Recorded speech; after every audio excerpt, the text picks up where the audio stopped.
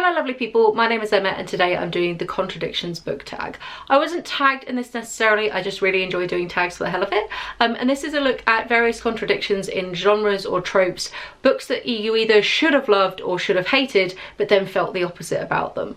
And the first statement is, I love this genre, but I didn't love this book. And for me, a book that really perfectly encapsulates this is the Tyrannosaur Chronicles by David Hone. I adore paleontology books. I freaking love dinosaurs. It's a well-documented fact on this channel, so this totally should have been up my street. And I even quite like the Tyrannosaur. It's not my favourite, but I'm definitely a fan of carnivores.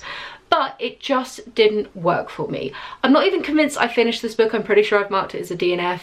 It was just so dry and boring that I really couldn't wade through it. And each one of the Tyrannosaur species just became so similar that, like, clearly I'm not involved enough in paleontology to, like, appreciate the nuances of this, so I just had to walk away from it. What I will say though is David Hone has an incredible podcast called Terrible Lizards, where he has a non-paleontology person who really just like helps to offset some of his incredibly dense, very fact-based stuff. And I think that's what this book was missing, was it needed sort of like a bit of levity, a bit of like lightness to it.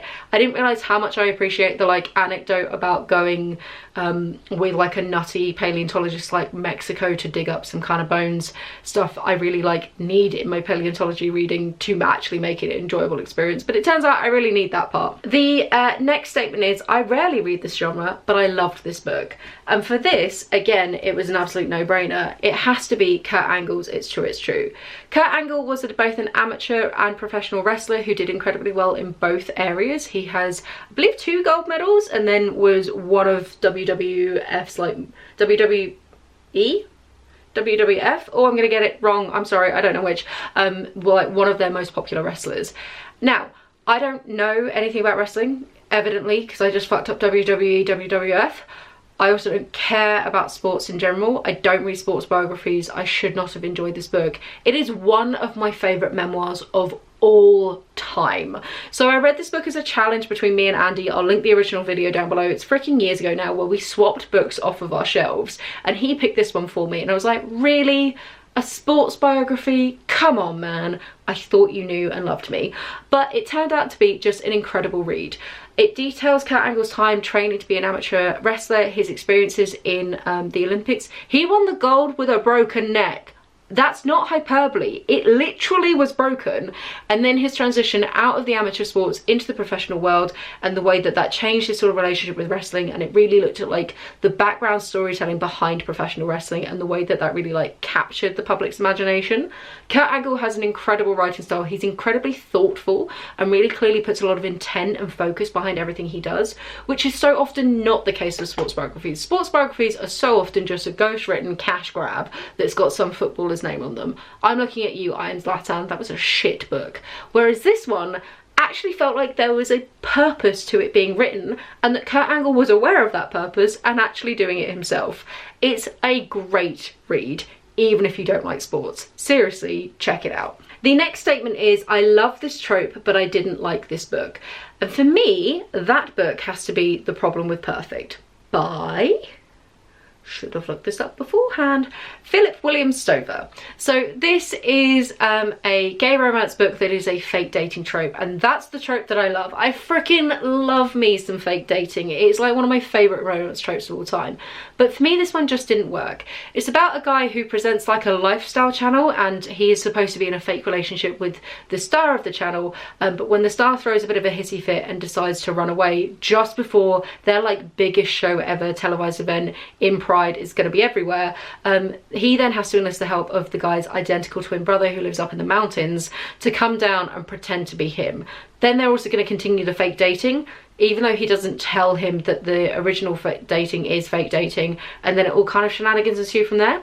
Now, I did actually enjoy the book because I thought it had some really interesting conversations about like what is the role of something like Pride and sort of the commercialization of and like sanitization of the kind of gay identity and the compromises that he has to make on the show to make him sort of more sanitary to people who don't think that his lifestyle is appropriate. So there's some really interesting conversation in there, but the fake dating for me just got so convoluted. Like, there's the original fake dating one, and then there's the second fake dating one with the fake identity, but then the twin brother doesn't know that the original one is fake dating. He thinks that they're real dating, so he's kind of just okay with like basically starting an obvious flirty about to become a romance with his like twin brothers, in his eyes, real boyfriend, even though they're fake boyfriend. Are you following? I'm not following, and I read the freaking book. So for me, it just got way too messy, too many miscommunications, too much lying.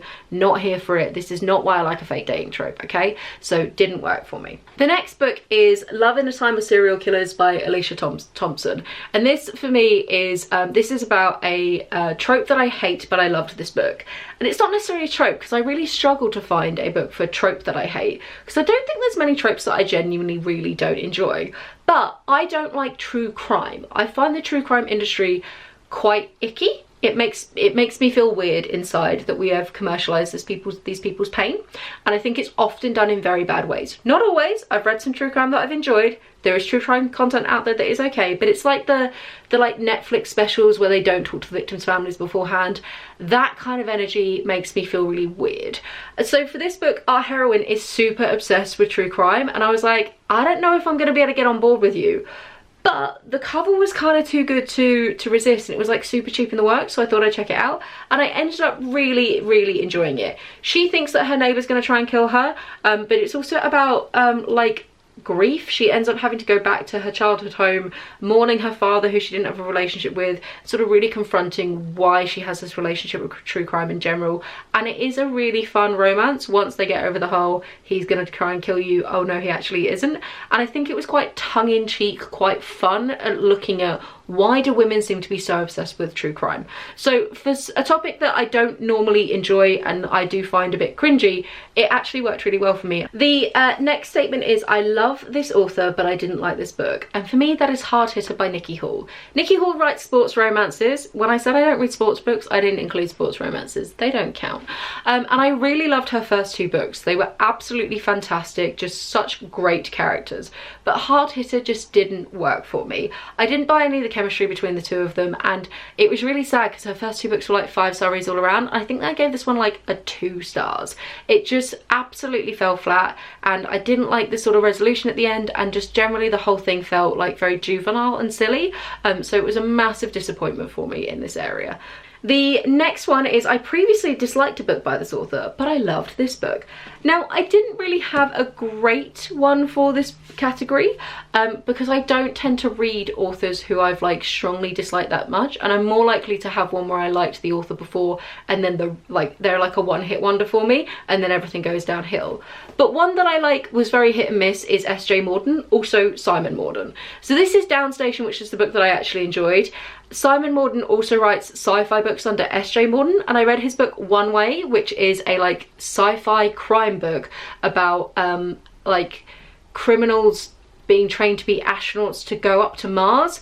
And it was fun from the space side of things, but the actual crime story was absolutely absurd, and I think I only gave it like 3 stars. So I was a little bit hesitant to come into this one, which definitely was going to rely way more on world building, which is a fantasy book, rather than just being able to rely on space facts, which was the main reason why I liked One Way.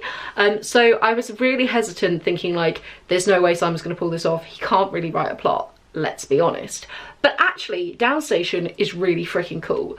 It's about a fire in the underground that then ends up portaling a bunch of people to a completely different world where like stories contain power, and there's all sorts of like weird different kind of cult type groups, and it's just generally really strange and really fun all round.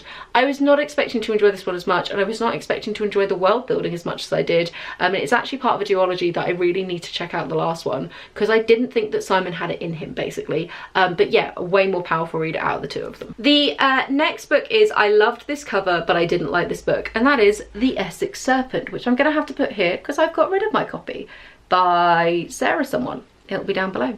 Can't be asked to look it up.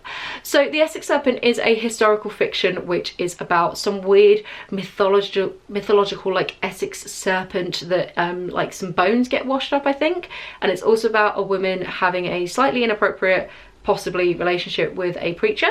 I've read this quite a while ago, not gonna lie, and I really didn't like it. Like, it just fell so flat for me. I didn't like the characters, I didn't care about anything that was going on, and it was really, really dull.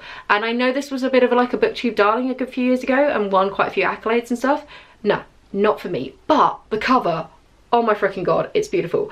I nearly kept this book when we were like last going through books on the shelves, me and Andy, and trying to like make a bit more space, because it's so freaking pretty, but it's so boring. Like, I do not want to read anything from her ever again. So I did actually get rid of it, which is why I don't have a copy of it now, but you can see why I bought it in the first place. And then the last statement is, I don't like this cover, but I love this book. And for me, that is The Age of Miracles by Karen Thompson. I really struggle to fulfill this criteria, because if I don't like a book cover, I go and find a prettier version. Most definitely, because there's so many different variations of covers these days.